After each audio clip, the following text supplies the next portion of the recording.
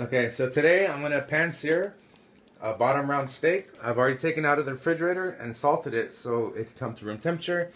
What I'm going to do now is the excess moisture is pat it dry because you can't get a good sear when it's wet. Basically what it'll do is it'll end up stewing. And we're also going to accompany with that with the fond from the pan, and we're going to make a white wine mushroom sauce to cover these steaks with.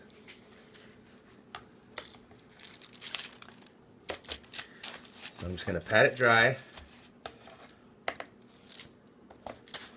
And if you look over here, I have a preheated stainless steel skillet that we're going to sear them on.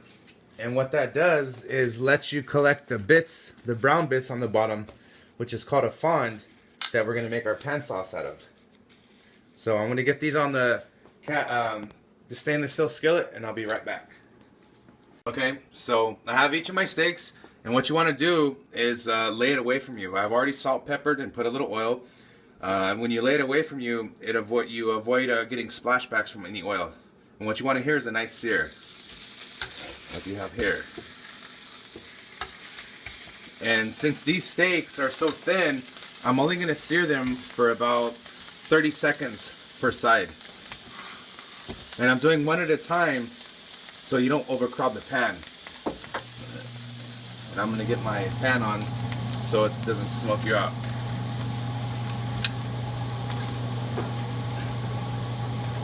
So we're going to let that go for about 30 seconds a side on smaller pieces.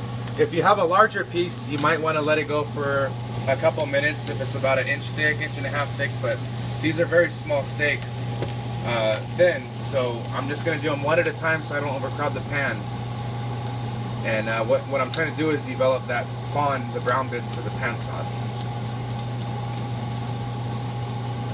And if I look under here, see, it still needs a little bit more browning, so we're going to leave it a little bit longer, and I'll be back to show you once they're browned up. Okay, so you want to lay your steak away from you. It's already oiled up and seasoned up, and what you want to do is leave it alone so it can build a crust on it. It's also called the Maillard reaction, and you start to develop a fond on the bottom of the pan, which we're going to use to be glazed with later to make a pan sauce. Okay, so once your steaks are seared, if they're thicker, I'm not going to do this, but I'm going to let mine rest for about 5 minutes because they're thinner steaks. This one's rested. I want to check the temperature. It's about medium. But if you have thicker steaks and they're still raw in the middle, what you could do is take them, preheat your oven to about 350 degrees, and you'll pop them in there for, depends, 5 to 10 minutes, depending on the doneness you want. Since these steaks are so thin, just pan frying them, pan searing them, cook them to the desired taste. And you'll notice you don't get as dark of a mahogany crust, Maillard reaction, because they're so thin.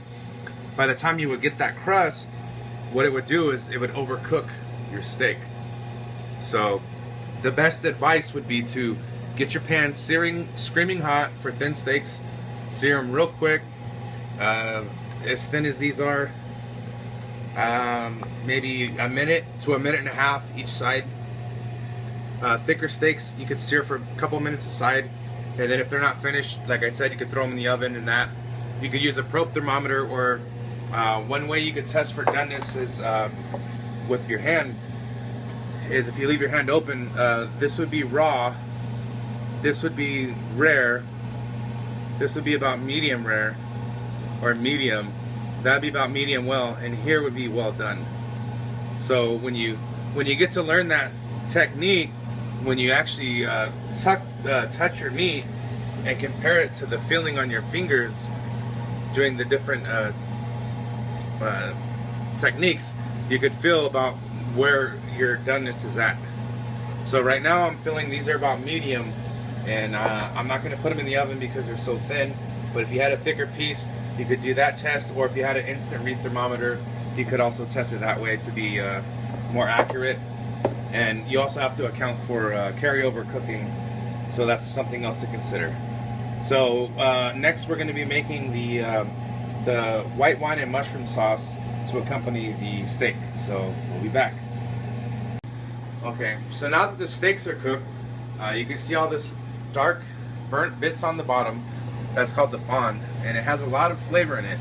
So what we're going to do is make a pan sauce out of it. And I'm using just some regular white button mushrooms, and I have some onion and a little bit of garlic. And we're going to saute that in some butter, but you want to use olive oil or some kind of other oil. And what it's going to do is it'll fortify the butter so that it doesn't burn. So we're going to go ahead and put this in. And we're going to get our olive oil. Just a little bit. And we're going to put that back on the heat. And we're going to let it melt.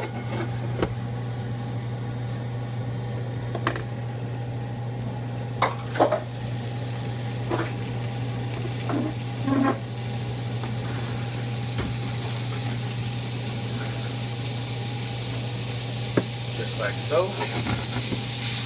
Go ahead and swirl it around. And you want your heat about medium. I just wanted to get it going, so I put on medium high. And next you're going to dump in your mushrooms. And you also want to use some salt. What the salt will do is draw out some moisture from the mushrooms, and it'll help you in the deglazing process. We're also going to be using some just regular Chardonnay drinking wine and a little bit of chicken broth. But in the meantime, you want to get all the brown bits, the fond, off the bottom. And since the mushrooms are going to take longer, we're going to add our onion and garlic about 2 minutes into this. And try to get it all in one layer so that everything kind of browns, caramelizes evenly.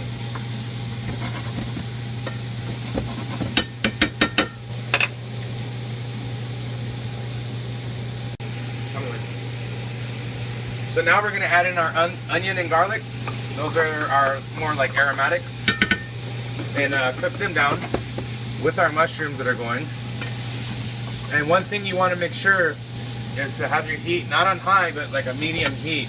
The last thing you want to do is burn your garlic, because that's going to give it a whole bitter taste. And just keep scraping the bottom of the pan to release that fond from the moisture with the mushrooms. And then we're going to be adding some white wine later, or very soon, and start deglazing our pan to make our sauce.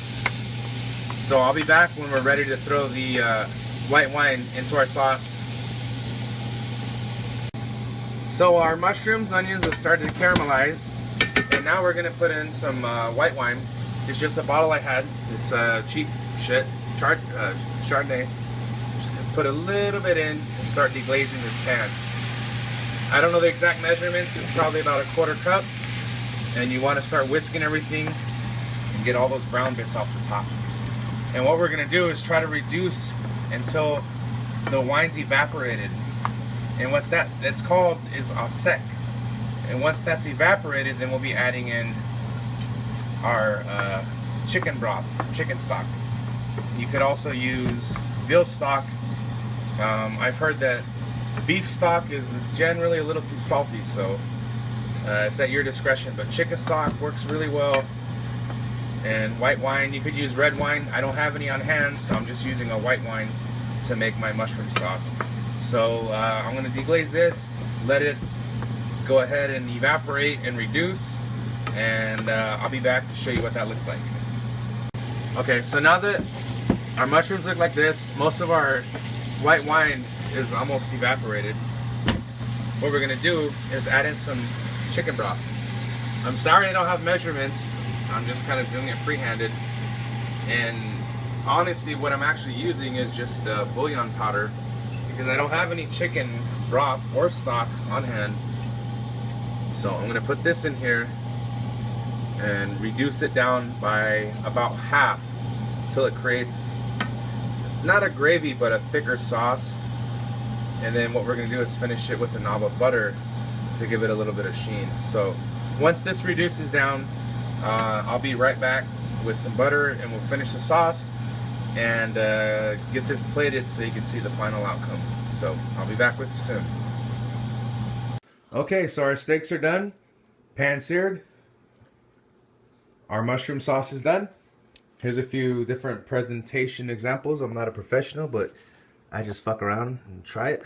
So here's the first one I did with the mushroom sauce.